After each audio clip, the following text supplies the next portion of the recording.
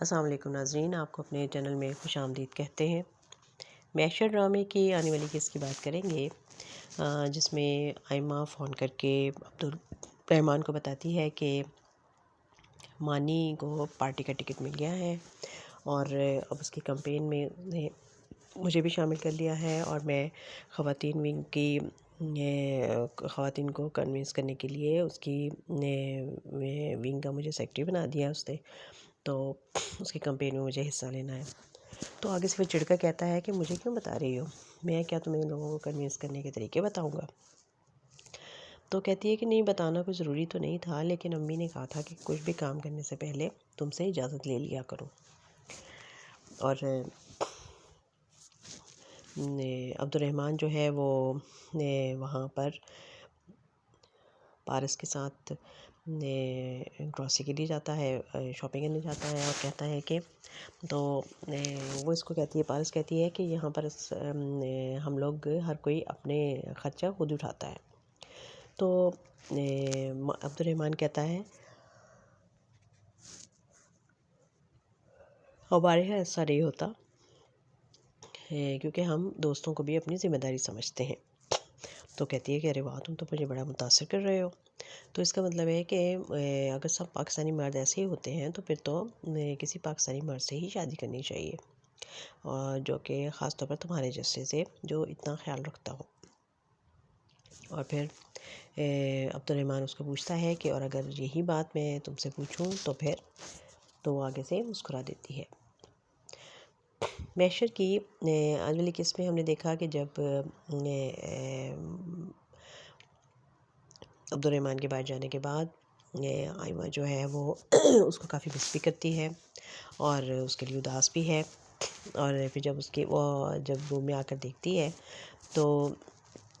وہاں گڈے کے ساتھ ایک نئی گڑیا رکھی ہوئی ہوتی ہے، تو وہ بڑی حیران ہوتی ہے اس کو دیکھ کر، اور اپنی ملازمہ پہ غصہ ہوتی ہے اور کہتی ہے کہ یہ کیا بات ہوئی، یہ کیا طریقہ ہے، یہ یہاں کیوں رکھی ہے؟ تو وہ کہتی ہے کہ اصل میں گڈا اکیلا عجیب لگ رہا تھا، تو اس لیے میں نے بازار سے نئی گڑیا لا کے اس کے ساتھ رکھ دی تاکہ وہ سیٹ ہو جائے۔ تو وہ کہنے لگی کہ اس طرح تھوڑی ہوتا ہے کہ کوئی بھی میری گڑیا کی جگہ کوئی بھی گڑیا لے سکتی ہے، یہ تم نے کیسے سوچا؟ وہ کہتی ہے بی بی مجھے معاف کر دیں۔ تو پھر وہ سوچتی ہے کہ شاید میں نے ہی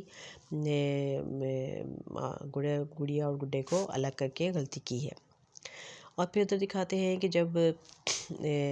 عبدالرحمن جو ہے وہ اپنا سامان ان پیک کر رہا ہے اور اپنے کپڑے ہینگ کر رہا ہوتا ہے، تو وہاں پر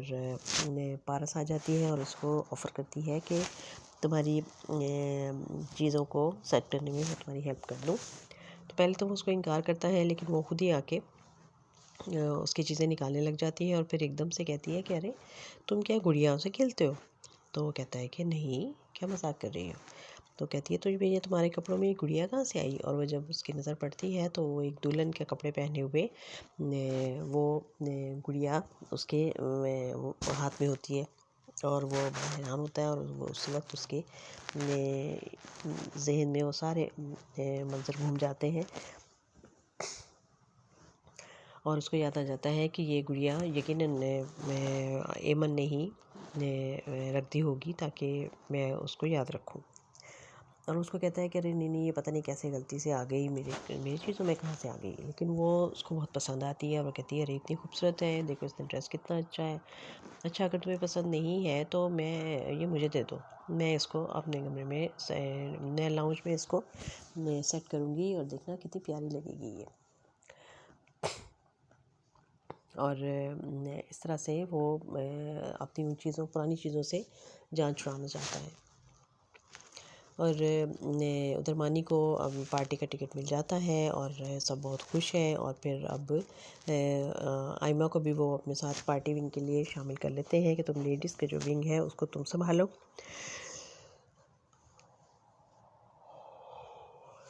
اور اب وہ اس طرح سے مصروف بھی ہو جائے گی، اور اس کے ساتھ وہ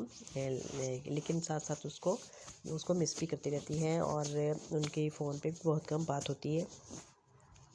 اور عبد الرحمن جو ہے وہ باپ کو تو فون کرتا ہے لیکن وہ آئمہ کو فون نہیں کرتا، اور بعض دفعہ سوچتا ہے کہ میں آئمہ سے بات نہیں ہوئی بات کروں، تو اسی دوران کسی